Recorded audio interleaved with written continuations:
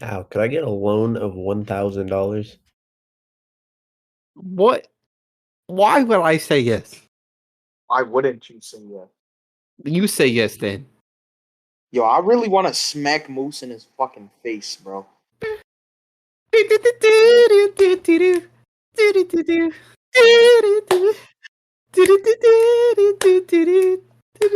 Moose shit! Welcome to Moose Shit, where we spout bullshit. This is Moose, and I would like to introduce my colorful compatriots, Coob, Al, and Mood. How are you guys doing today? Hi, Great, Mos. for your colorful compatriots. Don't ever call me that again. I don't really know about that. Okay, so how's your guys' week been? Oh, I wanted to say this for the podcast. So I work at Chick-fil-A. I worked with this girl named Sam. And she's like, I said she was 28. She's actually 25. And I wanted to get to the bottom of why she's been working there for 8 years. So I asked her, like, oh, do you want to own a Chick-fil-A one day? And she says, oh, no, not really. And she says, oh, I'm not really career driven. She says, if it was up to me, I would be married already with kids. Like, she's like family driven. Now that's who I'm talking about. That's right. Yup, we love underachievers, don't we? It's not an underachievement. It's a Yes, it different type is. of achievement. She says she's not career driven, is what she says. And she says if it was up to her, she would be married. And I asked her, how many kids would you want? She says like 5 or 6. What the fuck? So, somehow we get to the topic of dating. And I bring up, would you ever try online dating? And she says, no, because I already have a boyfriend. So, Damn it! So she has a boyfriend, and she's like, "Oh, but I'm sort of hiding it from my family. My mom knows about it, but my dad doesn't." And I said, "Why?" And she says, "Oh, he's 37, and she's 25. He's 37, and he lives in Connecticut, and he divorced with children." Al, that math doesn't work out. Huh? What do you mean that math doesn't work out? What math? You said 37, and she's 25. Yeah. The boyfriend or the dad? No, the A boyfriend. fucking boyfriend. Oh, Why the Moose. hell would he be talking about the dad's age? I don't know. I was so confused. You're always confused. The boyfriend is 37, lives in Connecticut. They met on Facebook, only have seen each other like a few times, and they've been dating for 8 months. Sounds like true love to me. So I just wanted to burst your guys' bubble that she's in a relationship. Who is your guys, bro? Who is this? It's not me. I know it's not me. It's cool. I can just get her to cheat. Oh. I mean, she might if he lives in Connecticut. What's the issue if he's 37? Well, it's not that he's 37 really. It's that he's 37 divorced with 2 kids or whatever. You got 2 kids, bruh? I don't know. Alex, you said he had kids, right? Yeah. Like 37 divided by 2 plus 7 Oh my is God. 25 Shut up. and a half. Fuck off, man. That's what the math says. Fuck you and your stupid formula. Your formula is just made up in your head. Yeah, is that some official formula? Does the government use that formula? Yeah, Alex, it's like Pythagorean theorem, bro. It's established. The internet uses that theorem. Don't call it a theorem, bro. Theorem. She said she was looking for a Christian guy. I can do that. Yeah, you and your very Christian-like self. I'm real Christian. I go to church on Christmas. You know, we could say, Al, that Jason is probably more Christian than you are. What? Yeah, fuck you. Do you think you're more Christian because you're white? What? Who said that? That's what you're insinuating. But How am I insinuating that? I just said what? You insinuated that, Mose. Why are you always thinking about race, Mose? Yeah, man. I mean, none of you guys are good practicing Christians. I'm religious. Yeah, sure. I'm spiritual. No, you're not, Al. So, ever since this Jeffrey Dahmer Netflix series has taken over the internet, most and a lot of people online have questioned whether or not it's exploitative, exploitative, exploitive. Exploitative. That, and I don't think it is. Me neither. So either. Nice. So, I was hoping Moose would rebut that because he's the only one that does. Yes, I have an issue, but you guys are like not explaining. Okay, so here's the reason why it's exploitative. Okay, okay. obviously. No, can you not say that it is? Can you say I think? Because it's not No, a fact. it is. It No, is it's not. exploitative. It's your opinion. No, it's not my opinion. You It's don't the know how victim's opinions opinion. work. It's the victim's opinion, and the victim's That's opinion still is an fact when it opinion. comes to That's still an exploitation. opinion. That's still an opinion. When it comes to exploitation, not really. Okay. Okay. That's still So, an opinion. what value do we get out of a show like Netflix's Monster, the Jeffrey Dahmer story? Entertainment Besides entertainment. That's about it. I'm not and going to be using it. knowledge. We don't get any knowledge that we can't get from a Wikipedia article or a news story. We don't need to Okay, watch. but it's in a We more don't need. digestible format. We don't need to watch Evan Peters retell a story It's in that a more digestible format. caused actual people actual harm. And on top It's of in a that, more and on digestible top of that, format. if you're gonna be telling the story, it should not be the story of the monster that is Jeffrey Dahmer, but instead the story of the actual victims who actually had to suffer. Victims such as Eric Young, whose brother was killed, eaten, and dismembered by Are you Jeffrey a Dahmer. politician, bro? Why are you talking like this? Okay, Moose, there's been like books written about him and like shows and other movies or even podcasts talking about him. How is this any different? Alex, you know what the issue is? This one went viral. That's the issue. Yeah.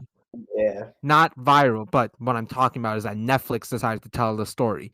If it's a book out there, victims aren't always lambasted with having to relive their trauma because they went through this shit already. They don't need to go through it a second and a third and a fourth time every time someone stumbles upon the Netflix You show know, a on lot there. of songs reference Jeffrey Dahmer. Do you think the victim's family should just like stop listening to music?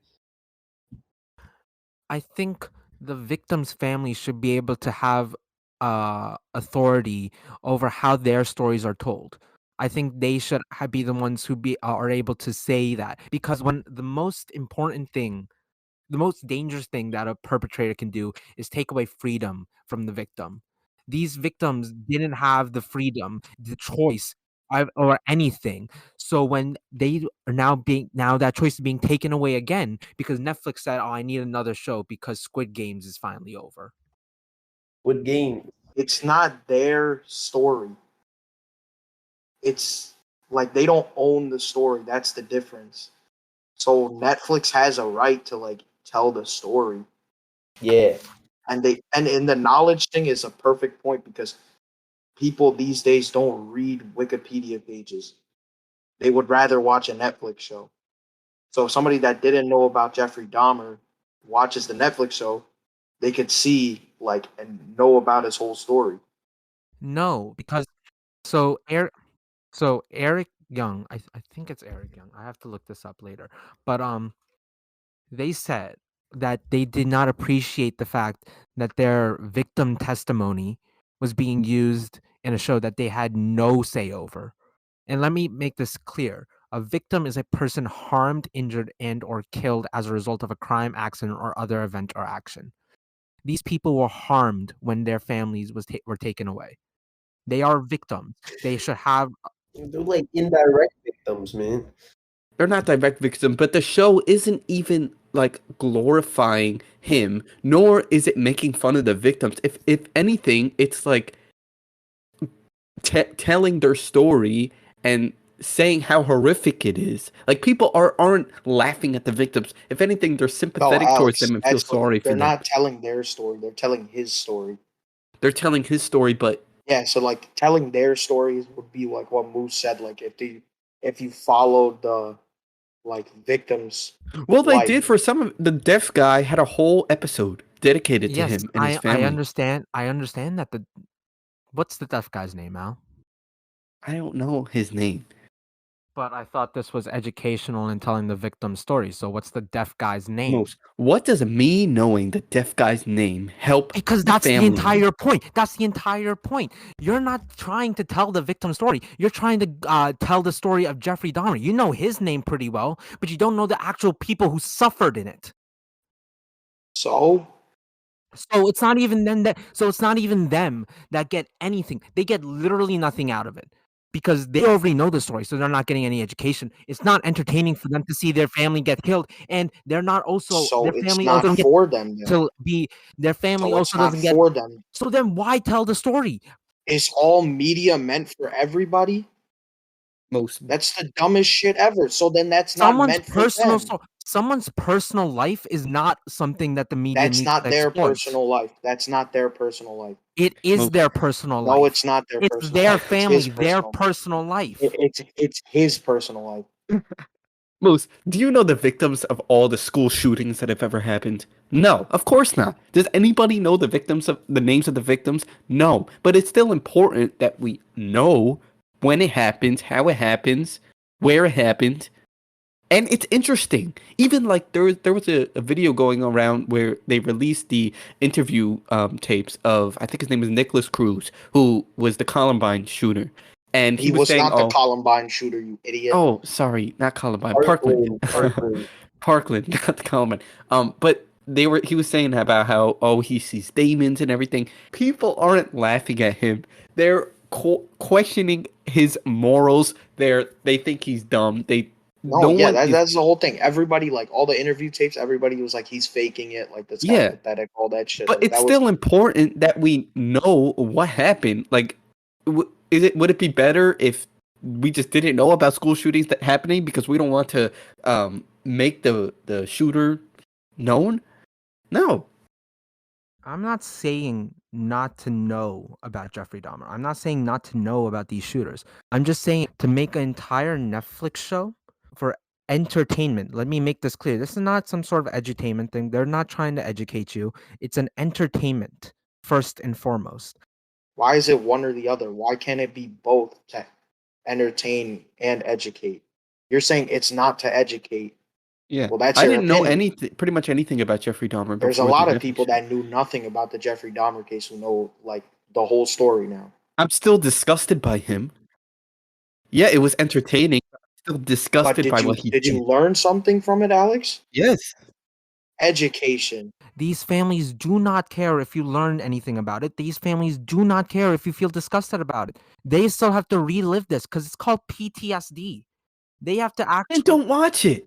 It's not about watching it. It's when people tweet about it. It's like their neighbor. They still live in society. They still know their neighbors are watching about it. They still know people are gonna come up to them and go like, "Oh, I feel really sorry for you." You know, I think Jeffrey Dahmer is a really sick and twisted human being, and he shouldn't have done that. It's great that you have that sentiment, but it doesn't help the victims.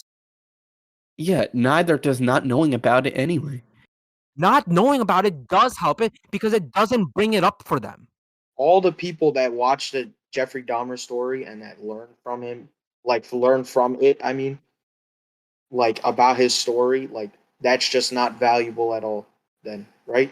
Because the victims' families like are affected by it. I don't think it's worth re-traumatizing them. But this is the thing though. Even if they are re-traumatized, I would still say telling that story, whether the main intent, let's be honest, their main intention was not to fucking educate, it was to entertain, right? We can all admit that. But it still did educate.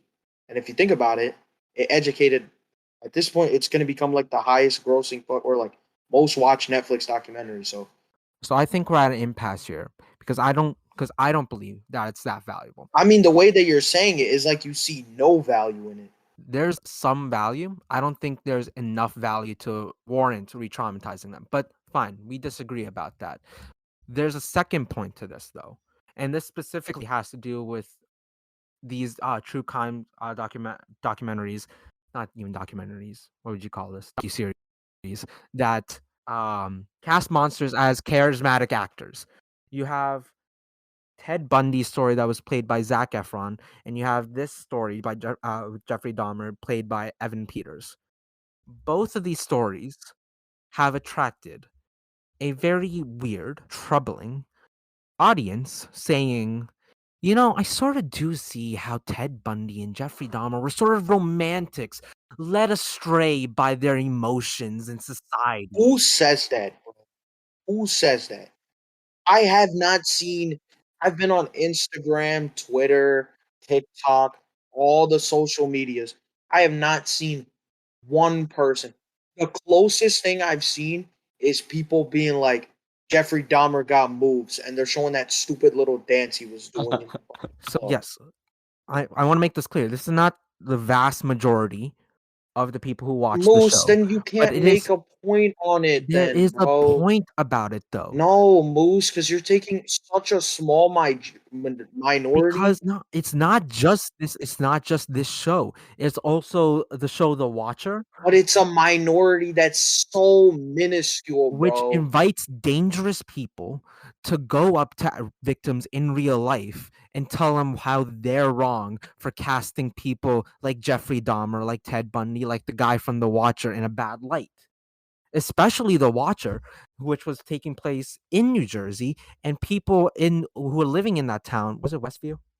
I have a feeling it's Yeah. Westview. Yeah, they are sick of people coming to Westview and asking them about the story. It has real life consequences. But the minority opinion that you're trying to say as your justification is so small. I agree with you that like people shouldn't be going like yeah, I knew the Watcher's story before this Netflix thing. I haven't even watched this documentary or whatever yet. But people going there, like asking them questions now, yeah, that's fucked up. People Of finding like course, the families most right people now, find that fucked up. like yeah, It's like such a small nobody point. is saying like go do that. But like and then like the romanticize oh Jeffrey Dahmer and Ted Bundy are romantics, like all that shit. Like nobody like nobody I've heard that watched the story, or nobody even that I've seen has said that. So that's such a minority that you can't use that as like a point to like describe the people that watch it at all. Even though, because bro, people are gonna have like a dangerous viewpoint on anything, bro. But Literally anything. it's less dangerous if you just have these stories be fictional. Like you don't need if and Netflix needed a new show, why can't they just tell a fictional story? You is a completely fictional story, and it was also did really well on Netflix. But you know what the thing is? Like, what you're asking for is not a snap of the fingers thing, bro. And that's kind of unfair on you to ask that of like the Netflix, like, oh, like, why did you have to use this? Why couldn't you just come up with another award-winning TV show like that, bro? Like, you know how many Netflix originals are unsuccessful as shit? Like, it's not easy to make a You, Stranger Things, like all these really good shows that people like. That's like one out of every like 25 fucking Netflix So, originals that so people let like. me ask you this, Moose. Say the Dahmer series wasn't as like a series, but it was just as like a documentary where it showed like actual pictures of not his pictures, but like pictures of I don't know the school he went to or his house, his apartment, maybe the victims. Would the documentary be more respectful than the portrayal in the docuseries? So, what do you mean by documentary? Like a documentary that you would see something on like the History Channel, like stuff like that? Yes. I can't speak on behalf of victims. I'm not trying to. So, I don't know. I think it would be, but I'm not sure. How? Because with documentaries, a lot of times they're just relaying facts. With docuseries, you sort of have to, especially with stuff like um the monster Jeffrey Dahmer story, you have to sort of like weave a narrative. There's no narrative that needs to be Well, weaved. it's still pretty much all facts in the series, and say that documentary the imaginary documentary I'm talking about, say that gained tons of popularity, and a bunch of people started tweeting about it, just how they are now. How is like you're arguing about how popular it's gotten, how it's damaging towards the families and opening up a wound. But if it's a documentary that got that popular, it's the same thing because it's still telling the facts. All right, Moose, I have a question for you, right? Okay, so let's take this hypothetical, right? They make a documentary. Have you ever heard of The Malice at the Palace? No, but you can explain it if you want. Okay, right. So I'll just go through it quickly. Basically, at a Pacers Pistons game in like the early 2000s, uh, so they were like heated rivals. They went back and forth a bunch of times, and at the game, after the Pistons won, some guy or there was like a hard foul, and then Ron Artest goes, lays down on the scorer's table, and then somebody threw a beer at him, right? So then he jumps up, runs into the crowd, and he socked the dude in the fucking face, but he didn't hit the right guy, right? Like he hit a different guy. A brawl happens, like shit goes crazy. Like they had to get security, all that shit. And then he got suspended 80 games, right? So let's say Netflix wanted to make a documentary on that, right? But the guy that got punched that was innocent said, I really don't want you guys to make this documentary. Would you still have the same point of like the victim, like go with whatever the victim says? I mean, I think so. Really? Ooh. It's their story. They should have autonomy over it. I think that's just where we fundamentally disagree. Because I don't think it's their story. I don't think a story can be somebody. Yeah. Because it's just an story is just a recall of events. So how can you say that's my story? So, is it then that as long as the crime served as some sort of educational opportunity, that overrides the wishes of the victims' families? It has to be like overwhelming educational opportunities. But that's so subjective. Well, yeah, but it has that's how a lot of stuff works. It's mostly just subjection. No, that's subjective to your opinion, though. Is there any education talking about school shootings and the Parkland shooting and Nicholas Cruz's interview tapes and how he was seeing demons? No, it's all entertaining, but it's still like a thing, and no one has had an issue with it. Why? I mean, some victims have had an issue with it. So why aren't there people condemning that? Like there are like there's like a lot of people that I've seen that are said like, oh, the Jeffrey Dahmer thing is wrong. I feel like they're just doing it because it's viral. Like, because then by that same logic, then you couldn't ever like do a docu series on any like crime thing. And also, I feel like you guys are sort of conflating the Nicholas Cruz interview tapes and Monster, a Jeffrey Dahmer story, because I think, in my opinion, those two are in vastly different categories. One is the actual perpetrator of the actual crime, meanwhile, the other is a dramatization featuring Evan Peters. No, but the whole Nicholas Cruz point was because like Jeffrey Dahmer, everybody watched that and was like, "Wow, this guy's fucking crazy." Like he's like a fucking maniac. Like that was the conclusion from everybody, and that was also the conclusion from like the Nicholas Cruz tapes. Like everybody was like, "Wow, this guy is actually like psychotic. Like he's a fucking maniac." Okay, so a little confession time right now, and I can do this because we're almost about to end anyways. I have not watched Dahmer Monster, the Jeffrey Dahmer story, Can you like at please? all. You don't have to say the full title every time. So I'm honestly I just not thought I would. sure. I thought I would butt in and say that. So I'm honestly not sure exactly what is happening in that show. What I can tell you Moose, though, honestly, it's worth the watch because it is entertaining. Even if Okay. you know the story, it's entertaining. But what I can say is that maybe the title does it well, good job at relaying the stories of the victims and how Jeffrey Dahmer was a bad guy and stuff like that. But not a lot of true crime stories do that. Not a lot of them can stick the landing that well, which is why I think it's just easier to have a blanket rule of getting permission from the victims instead of saying, "Oh, we're gonna do this and hope we do well with honoring the victims." So in the show, and I don't know if you're ever gonna watch it, but I'm gonna say it anyway. There's a time where he is trying to kill this 14-year-old, or he's trying to drug this 14-year-old boy, and this 14-year-old boy is able to escape the apartment building somehow. But he's drugged, like super drunk, and the cops get called, and eventually, with the cops there, and the person that called the cops said it was outside, Jeffrey Dahmer comes and said, "Oh yeah, this guy's my boyfriend." And the people who called are like, "Are you sure? Like he looks young or whatever?" And he's like, "Yeah, this is my boyfriend." And so the cops go upstairs into his apartment with him dragging this 14-year-old boy, and they take his at his word that he's of age and that it's his boyfriend, and they leave. And I think one of the things is that they were scared because of HIV and they thought it was like a contagious disease.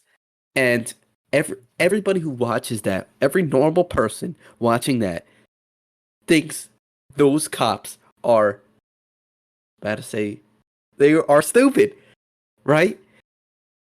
So what I'm saying is that that is an educational opportunity to talk about bad investigations or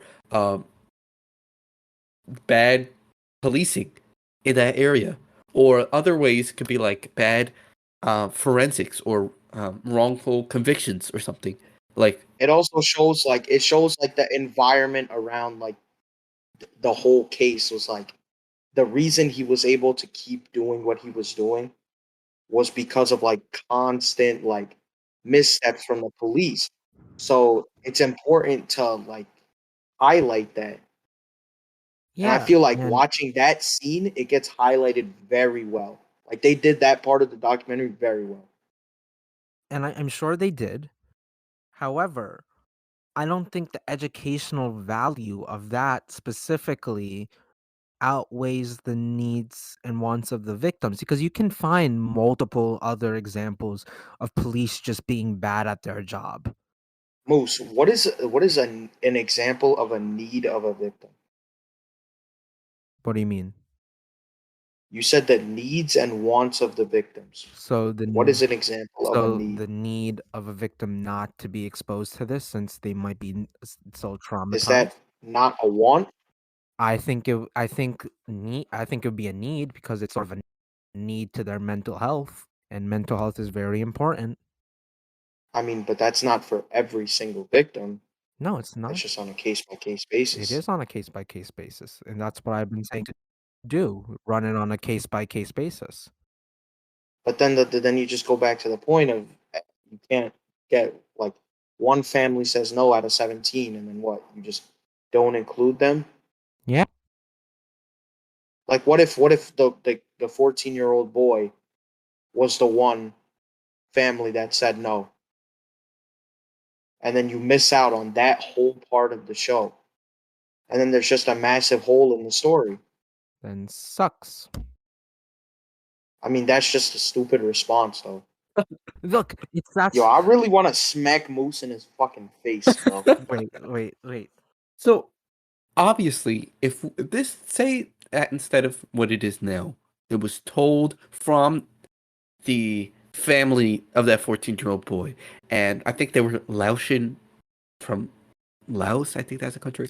And they focused on their family and their goals and their desires and all the hurdles that they face um, before they encountered Dahmer.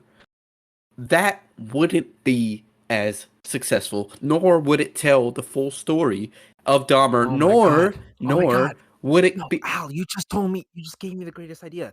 That I forgot this point entirely. That's what people want. That's what the victims want. They feel as though a lot of the times when these true crime stories come out, they just get reduced to the victim, and that's about it. That's all you really get to know about them. But these victims have live stories and wants, needs, desires outside of their untimely death. They were people before that, but a lot of the times we just reduce them down to their literal last moments of their life. And so I victims' families just don't feel as though their uh their family members are being honored in a truly good But way. Moose, it's not reasonable to, like, to do that for every victim, especially in serial killer cases. Okay, so then don't bring up the victims at all. Like again, like a good example of this, a good example, Ted Bundy's story, which was played by Zac Efron. I don't remember the name, but get something. Um, in his documentary, his movie, they didn't bring up the victims' names at all because they didn't want to draw any lines or have the victims be uh, Well, reached out to anything like that because they there didn't. are people that say, "Oh, scream these victims' names. They deserve to be heard. Make sure you know their names." And you were telling me, "Oh, do you know the name of this person?" No, I don't know the name of this person. So on one hand, you have it where it's respectable to not know the names of the victims, and on the other hand, where it's respectable to know the names of these victims. If you're gonna reduce them down, then don't even attempt to try and make them But human. how is it reducing them down? Moose, it's not reasonable. So what you're asking for basically is a 17-part docu-series about every single victim's family. Yeah. And that is just not reasonable. Okay, so then don't include every single victim. Well, then what else is there to do then? That yeah, what is the If you can't do something respectfully, don't do it. That's what I'm saying. but That's what I have said. how is the Dahmer series disrespectful? Because the point of the true crime is to dramatize it. It's to heighten it. There's no heightening with a documentary. In fact, you reduce a lot of it because it's just a cold, straight uh, recitation of facts, which anyone can just look up on So Google. it this is just facts, but it's just played out. No, you're telling me every single second of this is a truly factual encounter. Because I cannot, I in good I mean, conscience cannot believe for that. the most part, it is. There may have been a few points that they over dramatized. Oh, based on true events. So Yeah, there's a difference between being based off true events and being true. The Conjuring is based off true events. That doesn't make any second of that being okay, true. you see, like that's not even fair because that is just a complete like twist of my words. Because based on true events, you know exactly what I fucking meant by that, and then you bring up a movie, like a completely like that is a fictional movie. Honestly, even The Watcher, a lot of it is completely dramatized. They dramatize like crazy neighbors and like suicides Yeah, that you never see happened. And that's I would have a problem with The Watcher because that is not even true to the real story. well, it is in the letters, but a lot of it isn't. Yeah, but the thing is, like, nobody knows who sent the letters. So, Right. so that's why I would say, yeah, I don't know if the Watcher series is like morally correct because if you're just like, oh, there's a crazy neighbor here, there's a crazy neighbor here. Well, that's not how the real story was. The reason the real story was so interesting was because like it was like, oh, like who could this be? Like you're in the safe one of the safest towns in the country, and this is all of a sudden happening. So the way I remember the real story, I tried like researching it after. It's not as interesting as the series is. It's No, basically no, that no, this no. new It's not family anywhere moved in. near. It's not anywhere near as Right. interesting. This new family just moved into the house, and they got these letters from this guy called the Watcher, who's saying they admire their house and what have you done with this house? What are you gonna do to renovate it? And then it started talking about their children's names or something. It started getting really creepy, and they sold the house. And I guess they were trying to figure out who did it. They thought it was a prank at first, but they ended up selling the house. A new family moved in and hadn't seen any letters since. That's it. Like it's not that interesting. But in the real series, it has that aspect of having like those two letters, but it's like it's a much bigger house and you have these crazy neighbors and you have these tunnels inside the house, you have these shadows, you have these ghosts and these See, like cameras. that is not the real story.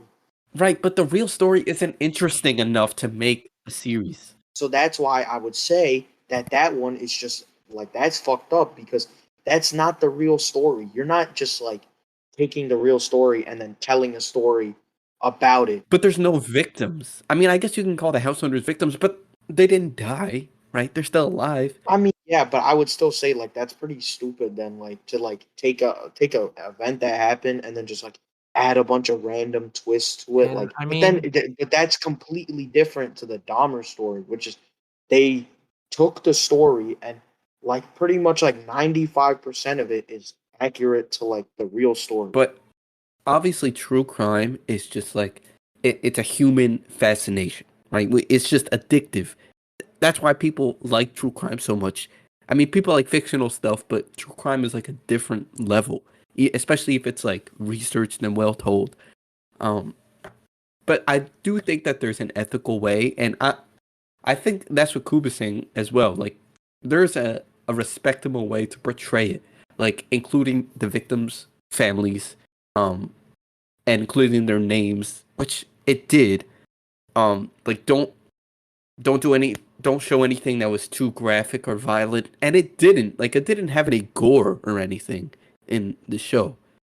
Um, but I don't think it's as bad as people are making it seem. And I think when you say the victims' families and their wishes and their desires, it's like I think this is where we disagree that the what it's bringing to the table, including entertainment and education, is outweighing the cries of the victim's family.